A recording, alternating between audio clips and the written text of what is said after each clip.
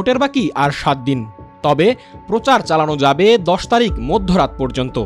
এই সময়ের মধ্যে সব ভোটারের কাছে পৌঁছাতে চান ঢাকা 6 আসনের প্রতিদ্বন্দ্বী প্রার্থীরা। সকাল থেকে গভীর রাত পর্যন্ত গণসংযোগে ব্যস্ত সময় কাটাচ্ছেন ধানের শীষ ও দাড়িপাল্লা প্রতীকের প্রার্থীরা। অলিতে গলিতে বিরামহীন চলছে তাদের প্রচার মাইক। সূত্রাপুর, ওয়ারী, গ্যান্ডারিয়া ও কোতোয়ালি এলাকা ছেয়ে গেছে বিএনপির ইশরাক হোসেন ও জামাতের আব্দুল মান্নানের ব্যানারে। স্থানীয়রা বলছেন, আগামীতে ভোগান্তি কমাতে যারা আন্তরিকভাবে কাজ করবেন তাদের পক্ষেই যাবে ভোটারদের রায়। নির্বাচনী আমেজ নিয়ে মিশ্র প্রতিক্রিয়া পুরান ঢাকার এই অঞ্চলের মানুষের।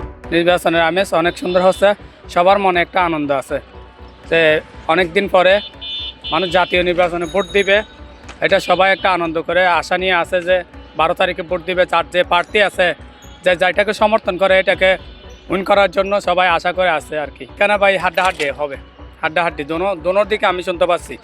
ইশাক ভাইয়েরও আশা আছে, মন্নান ভাইয়েরও আশা আছে, দোনোর দিকে আশা আছে।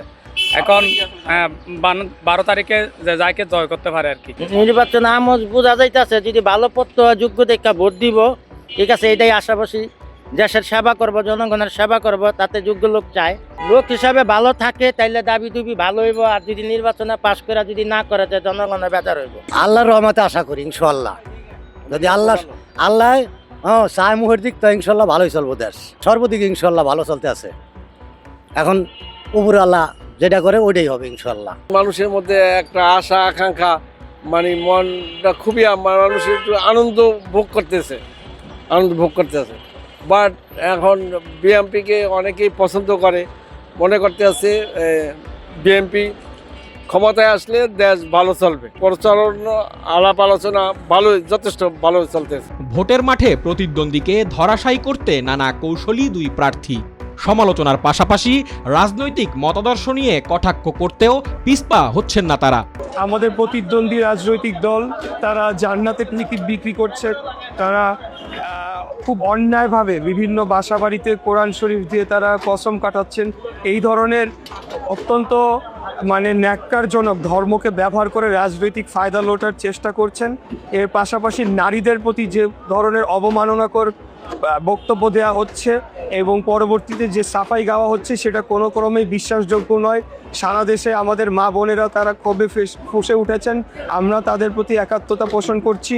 তো এটা ভোটাররাই সিদ্ধান্ত নেক, বাংলাদেশের জনগণ সিদ্ধান্ত নেক, কারণ আমরা তো একটা সুষ্ঠু নির্বাচনের অপেক্ষায় রয়েছি। সুষ্ঠু নির্বাচনে যদি এরকম কোনো বিষয় থাকে যে আমার অভিজ্ঞতা নেই এবং আমি পারিবারিক সূত্রে বা উত্তরাধিকার সূত্রে আমি রাজনীতি করছি, তাহলে ভোটাররা তো আমাকে ভোটই দিবে না, তো ওনারা বিজয়ী হয়ে আসবেন। বাংলাদেশের মানুষ অতীতের বস্তা পচা রাজনীতি আর পছন্দ করে না।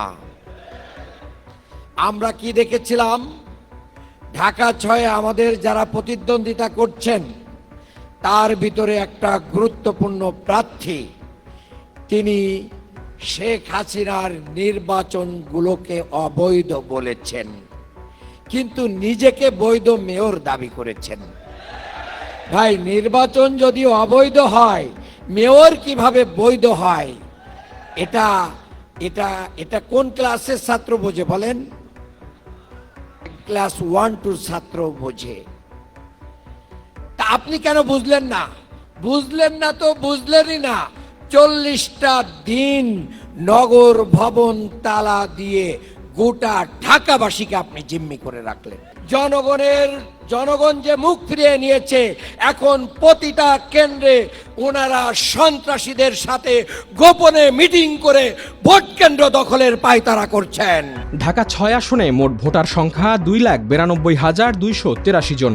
এর মধ্যে নারী ভোটার 1,39,761 জন আর পুরুষ ভোটার 1,52,519 জন। নির্বাচনে নারী ভোটাররাই মূল ফ্যাক্টর হিসেবে ভূমিকা রাখবেন বলে মনে করছেন কেউ কেউ।